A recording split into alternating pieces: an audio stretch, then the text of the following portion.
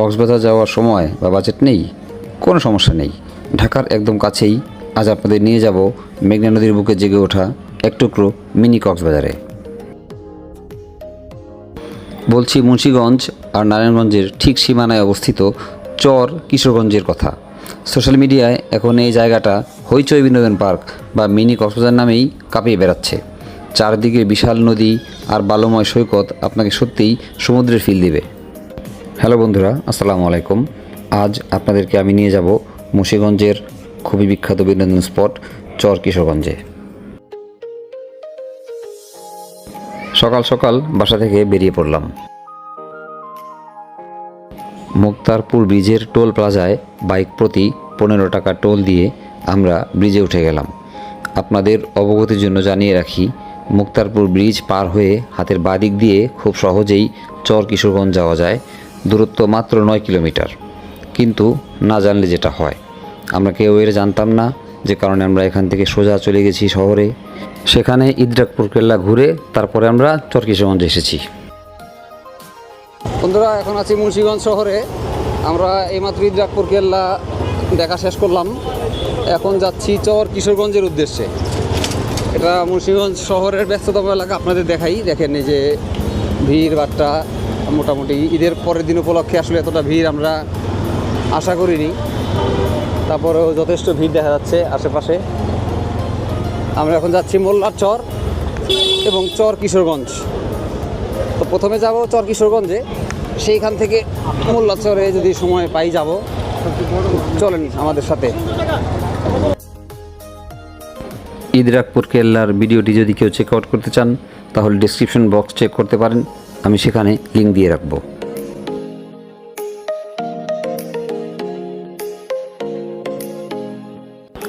চর কিশোরগঞ্জে পৌঁছানোর অনেকটা আগে থেকেই বোঝা যাচ্ছিল যে আমরা আমাদের কাঙ্ক্ষিত স্পটে চলে আসছি, কারণ বেশ আগে থেকেই অনেকগুলো হোটেল, রেস্টুরেন্ট, বিভিন্ন ভ্রাম্যমাণ খাবারের দোকান এখানে জেগে বসেছে, যাতে পর্যটকরা বিভিন্ন ধরনের খাবারের সুবিধা পেতে পারে।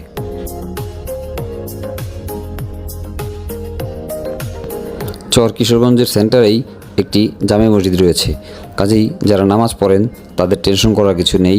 আপনারা আপনাদের নামাজ এখান থেকেই নির্ধারিত সময়ে পড়ে নিতে পারবেন। শুক্রবার আসলেও জুমার নামাজ পড়া যাবে, কোনো সমস্যা নেই।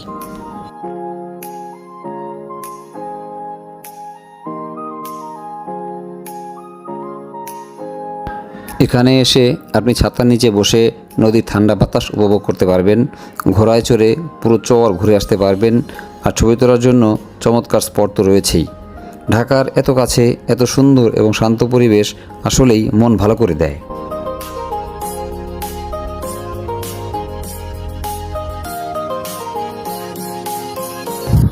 গুলিস্তান বা যাত্রাবাড়ি থেকে মদনপুর বা মেঘনা ঘাট হয়ে ট্রলারে খুব সহজেই একদিনেই এখান থেকে ঘুরে আসা যায়। তবে হ্যাঁ, দুপুরের কড়া রোদ এড়াতে বিকাল 3টা বা 4টার দিকে আসাটাই হবে বুদ্ধিমানের কাজ, এবং এতে অসাধারণ সূর্যাস্তও মিস হওয়ার কোনো সম্ভাবনা থাকবে না।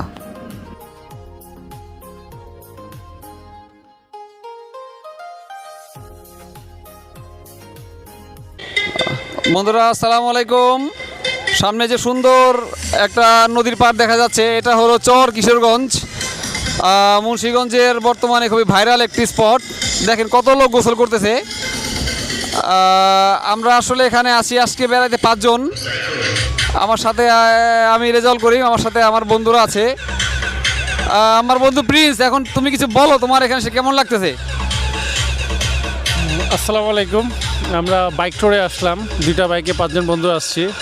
এটা হচ্ছে মুন্সিগঞ্জ চর কিশোরগঞ্জ, এটা বললো বন্ধু। এটা একটু দেখাই নিয়েছিলেন, এটা যে অলমোস্ট মৈনট ঘাটের মতো। অ্যাকচুয়ালি মৈনট ঘাটের যে ফ্লেভারটা সেরকম মনে যাচ্ছে যে মিনি কক্সবাজার। হ্যাঁ, যদি বলি যে মানুষ খুব আনন্দ উৎসাহ উদ্দীপনা নিয়ে গোসল করতেছে রোদের মধ্যে, কড়া দুপুর। এখন ঠিক 2টা 16 বাজে, এই ভর দুপুরে গোসল করতেছে। আসলে চিন্তা করলে গরিবের কক্সবাজারও বলা চলে। কক্সবাজার আমরা সেম এরকমই গোসল করি রোদের মধ্যে যেয়ে। তো আমার বাড়ি চাঁদপুর, যদিও আমি সবসময় এরকম লঞ্চে গেলে মুন্সিগঞ্জের এই সিনারিগুলো দেখি। তো এবার খুব কাছ থেকে দেখতেছি যে মানুষ কত আগ্রহ নিয়ে গোসল করতেছে। এই জায়গায় ট্রলার আছে, ট্রলারে করে মানুষ নদী পার হচ্ছে, একটা অন্যরকম পরিবেশ। ঠিক আছে, থ্যাংক ইউ। সবাই দোয়া করবেন আমাদের জন্য। আমাদের সমন্বয়ক বন্ধু মিস্টার আনোয়ার, তুমি কিছু বলো, কেমন লাগছে তোমার? আসসালামু আলাইকুম। আসলে 5 বন্ধু একসাথে ওইসব ভালো লাগছে, পরিবেশটা সুন্দর। আমরা 5 বন্ধু মোটরসাইকেলে 2টা মোটরসাইকেল আসছি, অনেক সুন্দর পরিবেশ। সবাই আসলে মন ভরবে। নিয়ম মাসে একবার ঘোরা দরকার আছে, ঘুরলে মন ফ্রেশ থাকে, ভালো থাকে। আলহামদুলিল্লাহ, বন্ধুদের সবাইকে ধন্যবাদ, ঘুরে মজা বেশি। ওকে, আমাদের সাথে দুজন রাজীব ভাই আছে, senior Rajiv and junior Rajiv. আমাদের সিনিয়র রাজীব ভাই, সে তার অভিজ্ঞতা বলবে এখন, তার কেমন লাগছে। সে খুবই রিল্যাক্স মোডে আছে। ভাই কিছু বলেন। আসসালামু আলাইকুম। অনেক দিন পর খুবই ভালো লাগতেছে। ঈদের ছুটিতে আমরা ভাই ব্রাদার অনেক দিন পর একত্রিত হলাম। এরকমের একটা পরিবেশে আসতে পেরে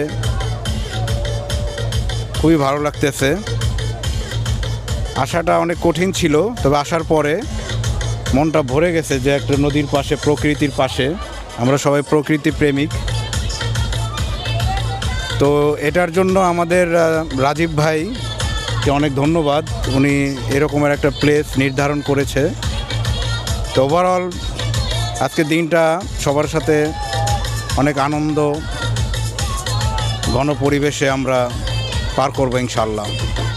তো আমাদের রাজীব ভাই কিছু বলবে। বিসমিল্লাহির রহমানির রহিম। আসসালামু আলাইকুম। আসলে সবারই প্রতি মাসে কয়েকবার না হলেও একবার করে এরকম একটা খোলামেলা পরিবেশে আসা দরকার, তাহলে মাইন্ডটা ফ্রেশ থাকে।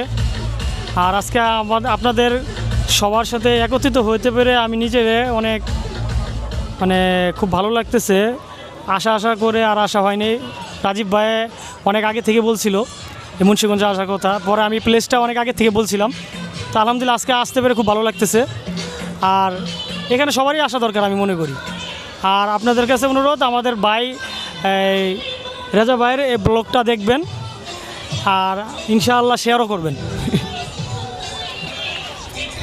সবাইকে ধন্যবাদ। ঠিক আছে, আমরা এখন বিদায় নিচ্ছি। আর দেখেন কত সুন্দর জায়গায় আছি, পিছনেই গোসল করার জায়গা, সবাই গোসল করতেছে। আমাদের 2 রাজীব ভাই এখন গোসল করবে। ওকে, আল্লাহ হাফেজ, দেখা হবে ইনশাল্লাহ। তাহলে আর দেরি করছেন কেন? এই উইকেন্ডেই ফ্রেন্ডস বা ফ্যামিলি নিয়ে ঘুরে আসুন এখান থেকে। আর আপনার সাথে দেখা হবে নতুন কোনো ব্লগে। আল্লাহ হাফেজ।